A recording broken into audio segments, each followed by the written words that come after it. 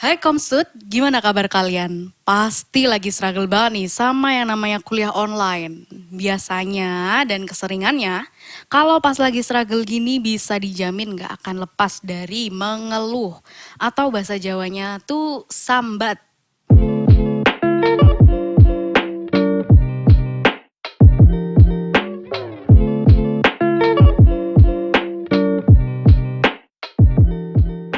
Bicarain sambat nih ya Koms, kali ini kita bakalan ngobrol bareng The Lord of Sambat, orang di balik gemparnya nanti kita sambat tentang hari ini, yang kalau kita baca konten-kontennya tuh selalu ngerasa kayak, wah ini nih aku banget nih, wah ini tuh pas banget nih buat aku. Nah ternyata nih ya Koms, The Lord of Sambat ini merupakan alumni dari Komunikasi UII tahun 2005. Gak bisa diganti gugat 2005 ya Koms. So kita tepuk tangan dulu dong buat Mas Ai. Wih, gimana? Apa kabar nih Rena? Aku alhamdulillah baik. Gimana Mas Ai? Aku alhamdulillah tetap sambat. Oh iya.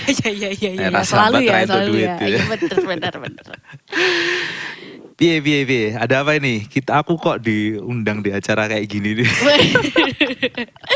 Lagi ini Mas, kita pengen kenalan lebih jauh sama alumni-alumni. Karena kita lihat kok alumni yang kali ini tuh keren banget ya.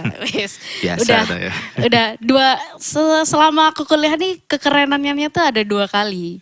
Apa yang pertama? Yang pertama kerja di Juventus. Oke. Yang kedua? Yang kedua menggemparkan nanti kita sambat tentang hari ini. Selamat Mas Ai. Thank you. Ngomong-ngomong nih Mas, waktu jadi mahasiswa komunikasi, Mas Ai dulu kayak apa sih?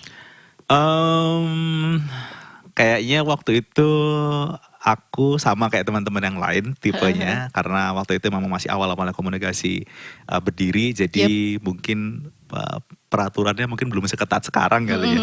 Dulu masih tipe anak-anak mahasiswa yang kalau kuliah tuh ya santai gitu, tapi ya kuliah gitu kan.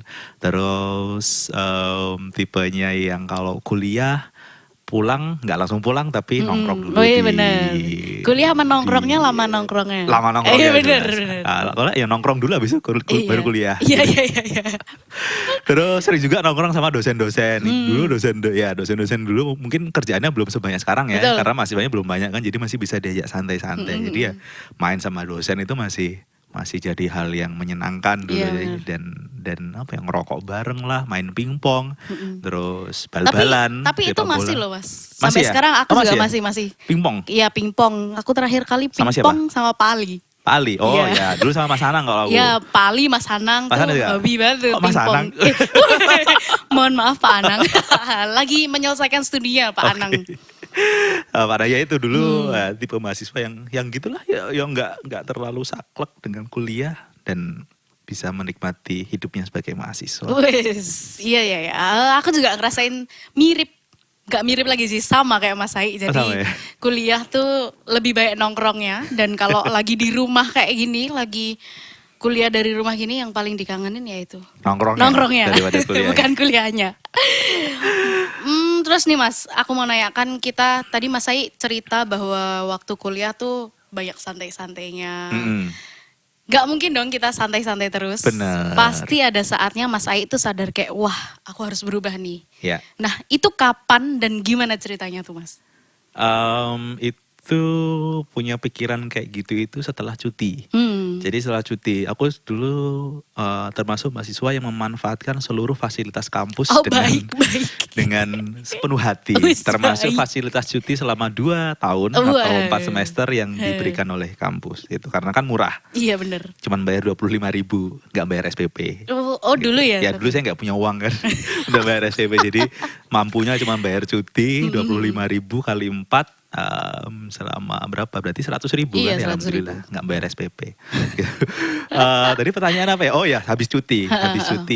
Ya habis setelah cuti itu aku ngerasa kok kayaknya teman-temanku udah pada hilang gitu kan. Karena kalau pas aku cuti kan angkatanku kan ada yang sudah lulus, ada yang sudah skripsi. Kemudian aku cuti 4 tahun itu juga teman-temanku juga udah pada berubah circle pertemanannya karena mau nggak mau waktu itu aku harus berteman dengan teman-teman di angkatan bawah, Iya. angkatan 2008, 9, 10 sampai 12 sampai Rena sekarang angkatan berapa? 2017. 2017 tuh masih ada temennya Iya, sekarang. iya, Karena iya. itu salah satu sisi positifnya cuti ya. Hmm. Jadi sisi positifnya cuti itu bisa berteman dengan banyak orang di angkatan-angkatan bawah. Nah waktu setelah selesai cuti 4 tahun, cutiku ambil semua itu sempat fasenya aku mikir kayaknya emang harus aku prioritas menyelesaikan kuliah daripada aku setelah selama ini aku apa ya istilahnya mengisi hari-hariku dengan kegiatan-kegiatan yang belum ada tujuannya. Walaupun waktu itu memang banyak kegiatan yang kulakukan sesuai dengan kesenanganku, gambar, kemudian main sulap dan segala macamnya. Gitu. Oh, pernah jadi pesulap? Pernah. Dulu pernah bikin sekolah sulap juga Oh, iya? di Jogja sama. Dulu bikin sekolah sulap sendiri, terus habis itu kerja sama. Nah, pas cuti itu karena aku bikin sekolah sulap sendiri. Terus setelah itu kerja sama Demian, bikin sekolah sulap di Jogja. Setelah jalan, baru setelah itu aku mulai kuliah lagi. Karena udah capek dengan dunia persulapan dan Iya, hiburan iya, iya. kan. Terus mulai kuliah lagi menata hidup lah Waduh, siap. menata hidup. Dari situ itu titikku aku mulai berpikir aku harus berubah di situ. Terus waktu berubah itu Mas Ai nyiapin apa aja sih? Waktu itu ya memang aku udah punya goals ya. Ketika aku udah nyiapin punya tujuan untuk sesuatu, aku udah punya goal. Waktu itu kan aku emang seneng gambar, seneng desain kan. Di situ aku mulai benar-benar fokus menggambar, mencoba mengasah skillku dengan gambar, terus cari duit juga lewat sana, lewat gambar. Hanya sebatas itu aja yang ku siapin karena ada satu masanya kita sebagai mahasiswa itu pengen nyobain banyak hal. Bener banget, Ya kan, bener Rena banget, masih jelas, pernah, pasti. Asri atau Fanti atau teman-teman yang lain mungkin juga pernah yang pengen nyobain, oh aku pengen nyoba kerja ini atau pengen aku nyoba ngerjain ini. Nah, Bener. di situ setelah selesai cuti itu aku mulai fokus ke, aku juga sama orangnya dulu sering ngedit audio juga, ngedit video, edit foto, fotografi, ngerekam video dan segala macamnya. Cuman satu titik aku ngerasa aku nggak bisa ngelakuin itu semuanya. Kalaupun bisa pun itu bukan jadi satu hal utamaku ya. Iya. Pasti akan jadi hiburan selingan aja. Iya, bener. Ya aku akhirnya fokus ke gambar aja. Nah itu aku persiapan yang aku lakukan ya mulai benar-benar fokus untuk menggambar. Di situ. Nah, seperti yang Mas Ai bilang tadi ya, ke problemnya mahasiswa itu selalu pengen nyobain semuanya. Gimana sih Mas, buat Mas Ai sendiri ya, dan buat teman-teman yang ada di rumah, buat tetap fokus, kita tuh harus milih ini aja. Ya kalau biar untuk fokus ya harus tahu goalsnya dulu kan, harus bisa nentuin tujuannya mau kemana, terus apa yang kamu senengin dan benar-benar kamu nyaman untuk kerjain. Dari sekian banyak hal yang aku kuasai waktu itu dan yang paling bikin aku seneng dan aku nyaman untuk ngelakuinnya ya menggambar itu. Jadi ya wes, walaupun awalnya juga sempat ragu-ragu, bener nggak ya ini, Iya. bener nggak yang gambar gitu kan. Nanti siapa tahu ternyata di tengah jalan berubah lagi atau ternyata gambar. Tapi ya kalau udah mantep dan bisa melihat peluang-peluang yang ada dari gambar, mendesain terutama ya, gambar, desain dan segala macamnya, ya wes itu jadi salah satu caraku untuk tetap konsisten di bidang yang aku sukai. Gitu. Tapi bentar dulu nih Mas. Mas Ai kan hobinya gambar. Terus komunikasi itu kan kalau sekarang sih ada media kreatif. Yeah. Waktu jurusan ya, media kreatif, PR, jurnalistik sama yang namanya kajian media. Di tempatku dulu waktu cuman ada 3 ya. Apa aja tuh Mas? Broadcast, PR sama manajemen media. Berarti Terus, Mas Ai dulu, aku tebak nih Mas, berarti dulu manajemen media, karena suka gambar. Apa dong? Dulu aku ngambilnya PR. Wah, melenceng sekali ya, sangat melenceng. Karena waktu itu aku suka sulap, gitu kan. Jadi sulap itu kan ngoceh, ngomong gitu kan. Iya. Aku waktu itu mikirnya sederhana aja. Oh, yang berhubungan sama sulap itu kayaknya si PR sih. Karena PR itu nanti akan ketemu banyak orang, terus ngomong segala macam. Ya, ada benernya juga. Iya karena sih. teknik PR itu banyak ada di dalam sulap itu ada teknik PR yang dijalani di Iya, sana diterapkan. ya. Oh gitu. Ya udah akhirnya aku masuk konsentrasi PR yang mahasiswanya jumlahnya cuma 7 orang. Wah, Dikit dulu banget. sepi ya malah. Sepi banget. Oh, Dan itu aku juga jarang masuk juga. oh iya. Kok sekarang tuh justru yang paling rame PR, Rame Mas. ya. Rame banget itu. Kelasnya Akhir-akhirnya sampai pada kerja di bank. emang suka terjadi seperti Ya itu. nggak apa-apa sih. Iya. Itu kan jadi. Dulu Mas saya juga Iya. dari PR, malah jadi gambar. gambar. Tukang sambat malah. Oh, iya. Terus nih, dengar-dengar cerita sukses nih. Kuliah, Sukses opo? kuliah, kerja di Juventus. Bener kan ya? Iya, Juventus. dulu sempat kerja di situ. Gimana tuh Mas ceritanya? Aku sampai dari dulu kenal sama Mas Ai kayak, wah gila di Juventus bro. Berapa bulan ya? 2 bulan ya Mas? Iya, kalau 2 nggak salah? bulan. Waktu itu sempat 2 bulan itu gara-gara menggambar juga, gara-gara mendesain juga. Waktu itu aku sempat dapat kesempatan magang di sana di Juventus di Turin di Italia selama 2 bulan. Pekerjaanku di sana adalah mendesain juga, menyiapkan materi untuk presentasi ke calon kliennya Juventus gitu. Jadi istilahnya di divisi global partnership ya. Jadi itu ada Juventus kerjasama dengan brand-brand di internasional. Misal dari Cina itu ada brand Linglong atau ada air minum namanya Ganten. Kalau di Jepang itu ada Konami, yang bikin game itu. Itu aku menyiapkan presentasi materi untuk presentasi tim marketing yang ada di sana dalam bentuk desain. Yaitu salah satu pekerjaanku yang ada di sana. So itu mimpi terbesar Mas Ai? Iya benar sekali. Karena dari waktu kecil aku emang suka Juventus dari kecil kan, dari tahun 96 dan orang yang kenal Mas Ai itu selalu akan di pikiran di benaknya itu selalu Juventus. selalu Juventus. Apalagi kalau lagi ada pertandingan Juventus, Twitternya Mas Ai itu gak pernah lepas dari pertandingan itu. Iya, itu mimpiku dari kecil pengen jadi pemain Juventus, tapi karena nggak bisa kesampaian ya, gitu kan? Karena sampai saat ini kan belum ada orang Indonesia. Ada sih orang Indonesia yang jadi pemainnya Juventus, tapi itu juga campuran karena ayahnya seorang orang Italia di sana. Itu jadi mimpiku waktu kecil dan karena setelah dewasa aku ngerasa itu nggak mampu ku capai, akhirnya aku turunkan menjadi udahlah. Mau jadi aku pengen kerja, suatu saat aku pengen kerja di Juventus, mau jadi apapun ku terima walaupun jadi OB-nya di sana atau tukang bersih-bersihnya di stadion. Itu ku terima juga. Dan itu mimpi-mimpi itu sering ku ceritain ke teman-teman dan ya pasti teman-teman pasti responnya biasanya ketawa gitu kalau kayak underestimate dan segala macamnya. Tapi di 2018 kemarin akhirnya tercapai juga. Tepuk tangan dulu dong buat Mas Ai. Keren banget. Keren.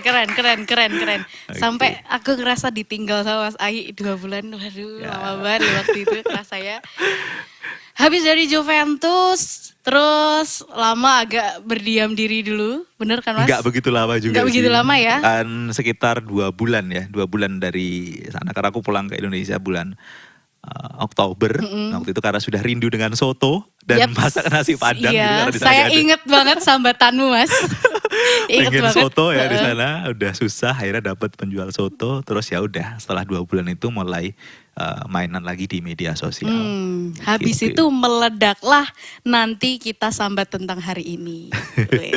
Ya, terima kasih sudah membantu meledakkan. Karena aku juga merasa ini aku banget nih, pas banget nih, relate banget, bisa kayak gimana Mas caranya kok kamu bisa meledakkan itu? Karena waktu itu mungkin orang sudah bosan ya dengan kutipan-kutipan motivasi. Betul. Gitu kan. Ya, betul. Banyak sekali kutipan-kutipan motivasi yang bertebaran di media sosial dalam bentuk tulisan atau audio atau apapun itu. Dan kayaknya setiap perempuan aku melihat rata-rata di sekitarku ya, setiap HP-nya tuh selalu ada kata-kata motivasi. Dan itu ya gak semua perempuan juga sih, laki-laki juga sama juga. Karena kan saya gak tahu Mas. Mereka mungkin teman-teman udah bosan dijejali dengan kalimat-kalimat motivasi dan pada kenyataannya kan mereka kan walaupun mereka di media sosial bisa mengeluarkan kalimat motivasi atau apapun itu, dalam hati siapa yang tahu sih gitu kan. Betul. Mereka mungkin ada kalanya ingin mengeluh, tapi waktu itu orang yang mengeluh itu masih dicap sebagai orang yang negatif gitu Iya, kan. setuju. Nah, ketika akun Nanti Kita Sambat Tentang Hari Ini itu muncul dan mengeluarkan konten-konten mengeluh yang kebetulan juga relate dengan keseharian mereka, dan akhirnya mungkin mereka merasa menemukan tameng di sana ya, menemukan tameng, menemukan tempat untuk mengeluarkan unek-unek mereka, bukan dari mereka sendiri tapi melalui sebuah akun yang mewakili isi hati mereka. Jadi itu yang membantu teman-teman, ya membantu akun Nanti Kita Sambat Tentang Hari Ini itu cukup rame saat itu gitu. Sampai saat ini juga sih lumayan rame juga. Terus sekarang nih Mas, kalau kita tahu dulu awal-awal Nanti Kita Sambat Tentang Hari Ini kan cuman gempar di Instagram sama di Twitter ya. Twitter. Sekarang perkembangannya apa aja tuh Mas? Kalau boleh tahu nih. Kalau perkembangannya masih intinya masih di dua akun itu.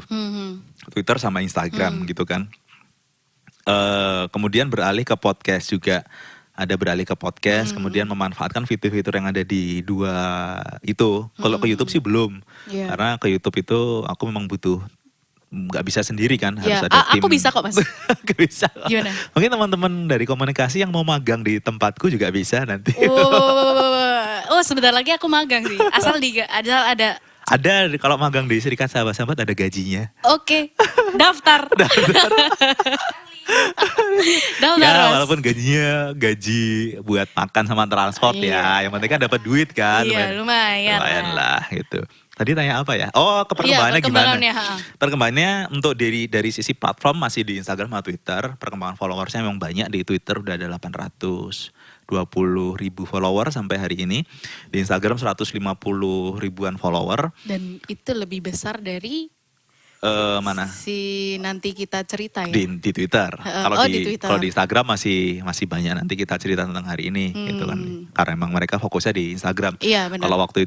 Kalau itu aku menyesuaikan dengan kebutuhan para netizen, dengan mereka biasa mengeluh di Twitter. Iya. Jadi aku mainkan sambatan itu di Twitter, dan itu lebih powerful, cukup powerful juga di Iya Twitter. sih, karena- Gitu. Nah, dari sisi platform seperti itu. Aha. YouTube belum, podcast sudah jalan walaupun baru 2 episode. 1 tahun sekali. Terus dari sisi bisnisnya mulai berjalan gitu. Jadi dalam perjalanannya, buku. Jadi buku juga kan. Sempat jadi buku dan cukup laris juga bukunya. Udah cetakan kedua ini ya. Tapi belum habis sih. Ya sambat juga sih.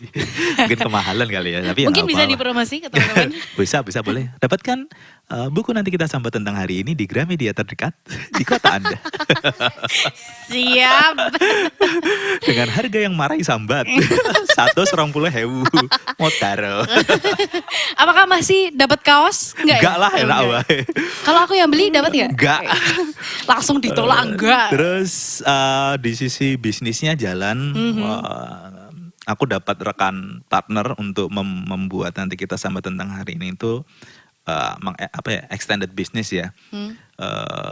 Daripada lebih dari sekedar posting-posting di media sosial, Ya. tapi membuat produk-produk untuk mengejar sisi bisnisnya. Aku berpartner dengan salah seorang sahabatku, kita bikin CV, namanya CV Serikat Sahabat Sambat. Di bawahnya ada Nanti Kita Sambat Tentang Hari Ini, mungkin nanti akan ada yang lain-lain lagi bernaung di bawah CV itu. Di Serikat Sahabat Sambat sendiri ada di Nanti Kita Sambat Tentang Hari Ini sendiri mulai memunculkan produk-produk, misalnya kelas sambat. Kemarin udah sempat jalan dengan salah seorang UX writer di Gojek, Mbak Sri Izati. Kemudian yang kedua sama Dr. Jimmy Ardian, dia psikiater di Rumah Sakit Siloam Bogor. Itu dalam produk NKSTHI di kelas sambat. Terus habis itu endorse tetap ya biasalah. Iya. Kalau untuk yang akun itu untuk istilahnya di kita itu content provider ya, menyiapkan konten buat brand-brand yang bekerja sama dengan kita, itu masih tetap jalan reguler seperti biasa. Merchandise juga ada. Kemudian itu sih baru itu yang berjalan jadi core revenue stream kita di sisi bisnis Nah, gitu. Karena lihat perkembangannya yang bagus banget nih ya Mas, bisa dari yang cuman aku bisa bilang kalau cuman di media sosial lalu berkembang di bisnis, apa sih Mas yang memotivasi Mas Ai kayak wah ini harus dikembangin nih, ini harus konsisten untuk tetap terus jalan. Pertama karena saya butuh duit ya. Realistis saja Iya, gitu. iya. Realistis saja. Saya sangat mengakui. Yang kedua karena saya butuh duit banget. Jadi butuh duit Duit banget, butuh Butuh banget. banget duitnya.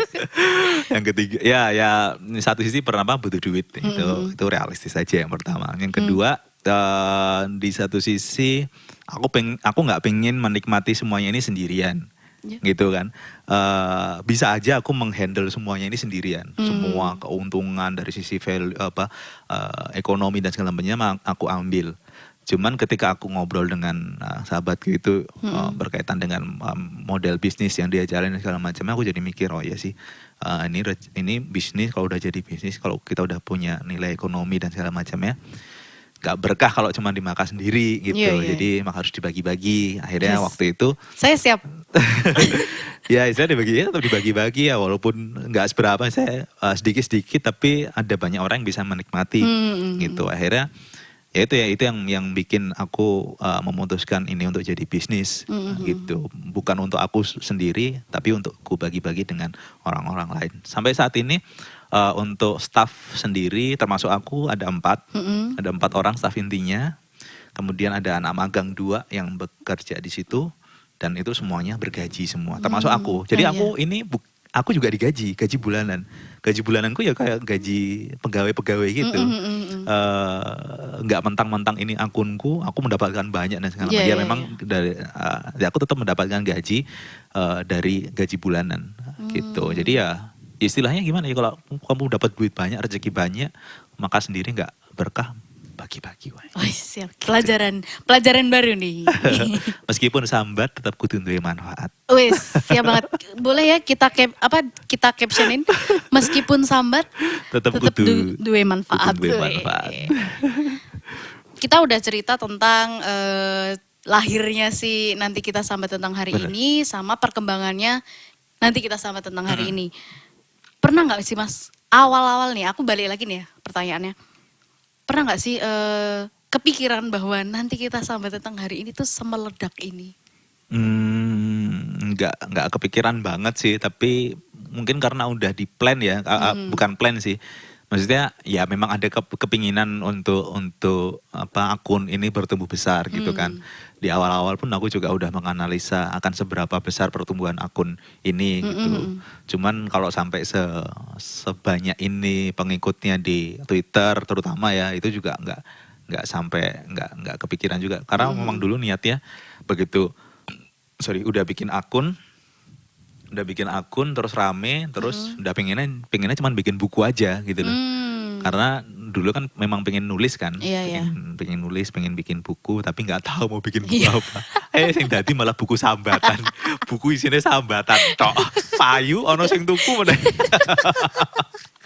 Kira ya, kadang-kadang nggak masuk akal gitu.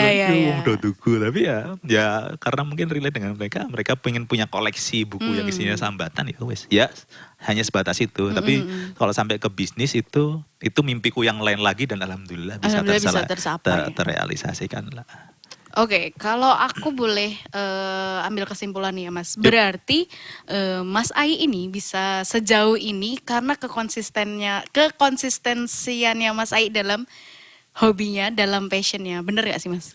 Bisa dibilang ya kayak bisa gitu? dibilang gitu sih, karena memang udah nggak pengen ngapa-ngapain lagi selain itu tadi yang aku bilang, karena kayak senenganku gambar ya, nggak pengen nyoba yang lain-lain lagi. Harus cukup di situ aja, udah hidupnya wes merasa cukup di situ. Siap. Ya kalau kamu lihat di sini ada peralatan yang selain itu ada audio, ya itu cuman seneng-seneng aja gitu.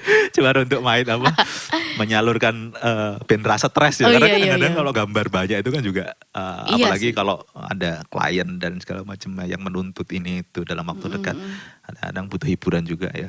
ya pakai peralatan-peralatan yang ada di sini. Begitu.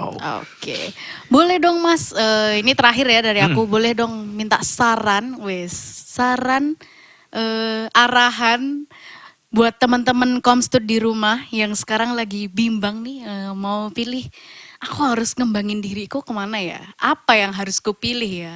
Karena biar kita tuh nggak terlalu banyak belajar suatu hal, karena seperti Mas Ai bilang di awal tadi, kalau kita terlalu banyak belajar suatu hal malah nggak fokus salah Yap, satu dan benar. akhirnya kita malah nggak bisa apa-apa. Iya benar.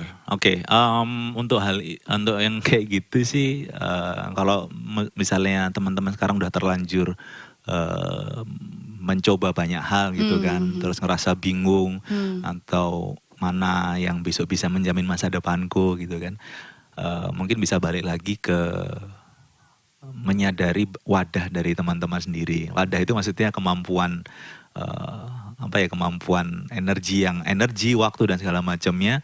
Itu teman-teman harus mulai menyadari semampu apa aku bisa mencurahkan energiku untuk menguasai ini, atau semampu apa aku bisa meluangkan waktuku untuk menguasai hal ini. Ketika itu sudah bisa dikuasai, dimengerti, dipahami, baru ambil satu hal yang benar-benar teman-teman senangi, dan itu bisa membuat teman-teman nyaman di sana, nggak merasa terbebani, dan itu bisa punya potensi untuk menghasilkan uang ya di sana ya, karena kan Karena kita kembali kerja, lagi untuk kita menghasilkan uang. kuliah juga kan mempersiapkan untuk mencari uang.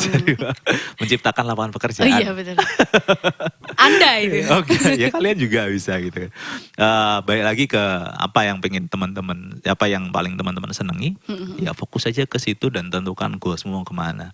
Itu banyak mencari referensi, tanya ini itu ke orang yang lebih tua, jangan merasa sok tahu juga, dan jangan merasa nggak tahu gitu, karena memang banyak orang-orang di luar sana yang mungkin lebih tahu dari teman-teman, lebih profesional, lebih punya pengalaman banyak. Tanya sama orang-orang yang punya pengalaman lebih gitu. Jangan merasa sok gitu Betul, aja. betul. Saya dapat petuah itu juga dari dosen pembimbing saya. Siapa ya. namanya? Bu Puji. Oh, Kak Uji. Bu Puji selalu bilang itu juga, jangan merasa sok kalau kita tuh pinter gitu loh. Iya. Ternyata Lebih enak tuh jadi orang yang pura-pura goblok, atau goblok sekalian nggak apa-apa. Jadi kita bisa menyerap banyak hal dari orang yang banyak Bener. omong seperti saya ini. Jadi kan saya posisinya sedang berperan jadi orang yang banyak omong Oh gitu. iya, Tapi iya, kalau aku iya. ketemu orang lain yang punya pengalaman banyak, yo aku ya menang gitu. Aku ya diem, mengosongkan kepala lagi. Begitu. Oke, mungkin ada pesan terakhir, pesan terakhir. Pesan terakhir, pesan pamungkas ya, Iya, buat pesan teman-teman yang di pamungkas. luar sana. Ketika kalian menghadapi sebuah masalah atau apapun itu, maka sadarilah bahwa diciptakanlah sambat agar kamu tidak perlu merasa pura-pura kuat. Oke. Terima kasih. Oke, Mas Ai, terima kasih atas ngobrol-ngobrolnya Yup. dan cerita pengalaman-pengalamannya yang kalau aku memandangnya sih, wah keren banget sih Mas Ai. So, sahabat Komstud, kita kali ini udah selesai bareng sama Mas Ai buat ngobrol-ngobrol tentang gimana sih kehidupan The Lord of Sambat, Oke Komstud, kita pamit undur diri dulu, sampai bertemu di episode selanjutnya. Terima kasih.